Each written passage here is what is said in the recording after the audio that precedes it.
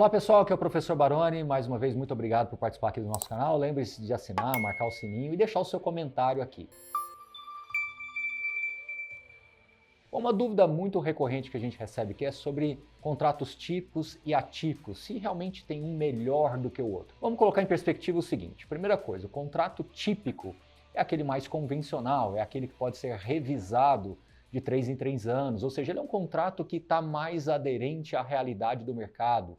Normalmente a multa é um pouco mais frágil, né? Você tem ali 3 meses, 6 meses de aviso prévio, também 3 ou 6 meses de uma potencial multa. Então é um contrato mais aderente àquilo que é a realidade de mercado, ele atende mais uma demanda de mercado. Normalmente esses contratos são mais ligados aos setores, por exemplo, de lajes corporativas ou algum tipo de um galpão modular que você não tem muita obra ou nada personalizado que eventualmente tenha sido feito para atender uma demanda de um locatário. Então esse contrato típico, qual é a grande vantagem dele? Ele está mais aderente ao mercado, ou seja, se o mercado vai melhorando, a tendência é que você tenha revisionais mais positivas. Se o mercado piora, a tendência é que você tenha revisionais mais negativas. E se for um ativo um pouco pior do que seus pares, você fica um pouco mais também descoberto em termos de vacância. Então, se abrir uma vacância naquele ativo, você pode ter um pouco mais de dificuldade para recompor aquela área vaga. Se for num imóvel muito bom, ao contrário, né? Você pode perder um locatário e conseguir um locatário até com um aluguel melhor, numa condição melhor, enfim, num momento de mercado que possa ser mais favorável, tá bom?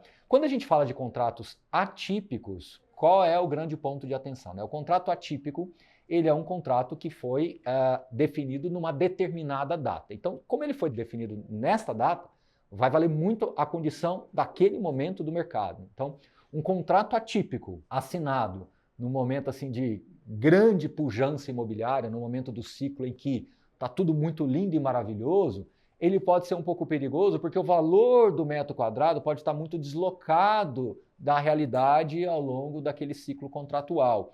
E quando esse contrato terminar, você pode estar muito deslocado deste momento e aí você, né, vai ganhando as correções de aluguel, mas quando chega lá na frente o impacto ele é muito significativo. O inverso também é verdadeiro, tá? Quando o contrato atípico ele é fechado no momento mais de baixa, mais aqui no vale do mercado, você fica com uma margem de segurança para poder fazer uma correção lá na frente, poder, no término do contrato, conseguir até uma condição melhor e tirar toda essa diferença. Mas o que eu quero dizer para você é que o contrato atípico, ele normalmente tem duas características. Ou ele é o chamado sale leaseback, que é o SLB, ou seja, a empresa já existe, já está lá, ela vende o imóvel para o fundo e reloca imediatamente num prazo de 10, 15, 20 anos, ou o BTS, que é o Build to Suit, ou seja, Build to Suit, né? Você tem uma área que vai ser totalmente feita para atender a especificação desse locatário. Normalmente, o que a gente precisa ter em mente é que um contrato BTS, ele tem uma análise imobiliária, mas ele também tem uma análise de crédito, uma análise do locatário, da saúde financeira do locatário muito grande.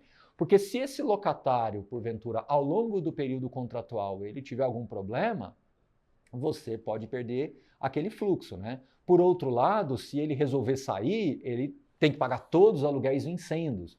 Então, ele tem que ter um caixa, uma posição, uma geração de caixa suficiente para que ele te dê esse conforto dentro dessa composição aí contratual. Alguns detalhes que são importantes de você entender na hora da composição da sua carteira, tá?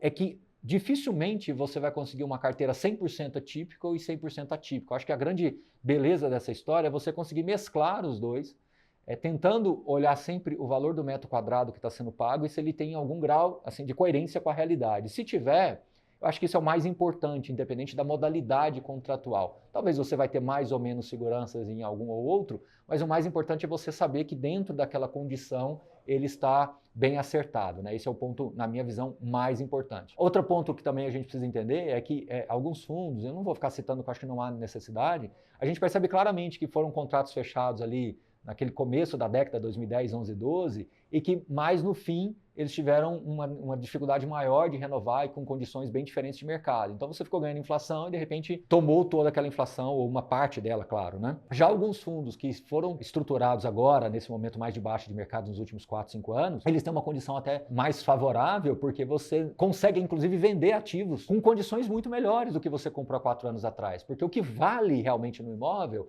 é a capacidade dele gerar renda. Então, o aluguel que está se negociando hoje, ele está num patamar de preço maior, então aquele imóvel ganha valor. O comprador, sabendo disso, ele busca adquirir aquele imóvel e o fundo na posição de vendedor ele consegue desinvestir com um ganho de capital relevante. Então, onde eu quero chegar? Não tem melhor ou pior, você tem que pensar numa composição. Olhe os períodos que esses contratos foram assinados. Olhe os valores por metro quadrado e veja se tem alguma coerência com a região. Isso dá para você conversar, pesquisar, discutir, debater com o próprio gestor, enfim, procurar entender um pouco mais, até porque vários fundos hoje já colocam também um pouco ali do valor por metro quadrado médio, você consegue fazer uma conta também da receita imobiliária pela BL do fundo e ter uma visão importante. E o ponto, na minha visão, mais importante para contratos atípicos é a saúde do locatário, a saúde financeira do locatário.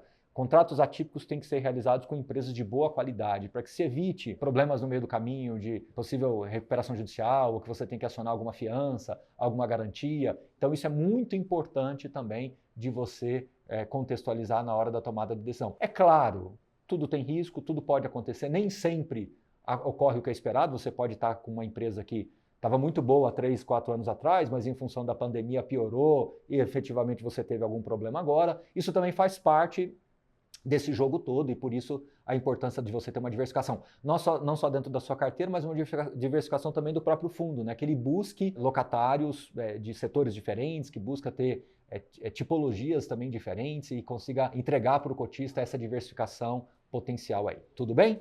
Bom, foi um pouco aqui para vocês, até para tirar essa dúvida do contrato típico, atípico, muita gente nos pergunta, então espero que vocês tenham gostado, compartilhem o vídeo, dê aquele joinha, deixe o seu comentário aqui, quantos por cento da sua carteira está típica e quantos por cento está atípica. E se alguma coisa que eu deixei de falar, comenta aqui no vídeo, e depois a gente pode até gravar outros, completando esse nosso trabalho aqui, tá bom? Forte abraço, até a próxima, valeu!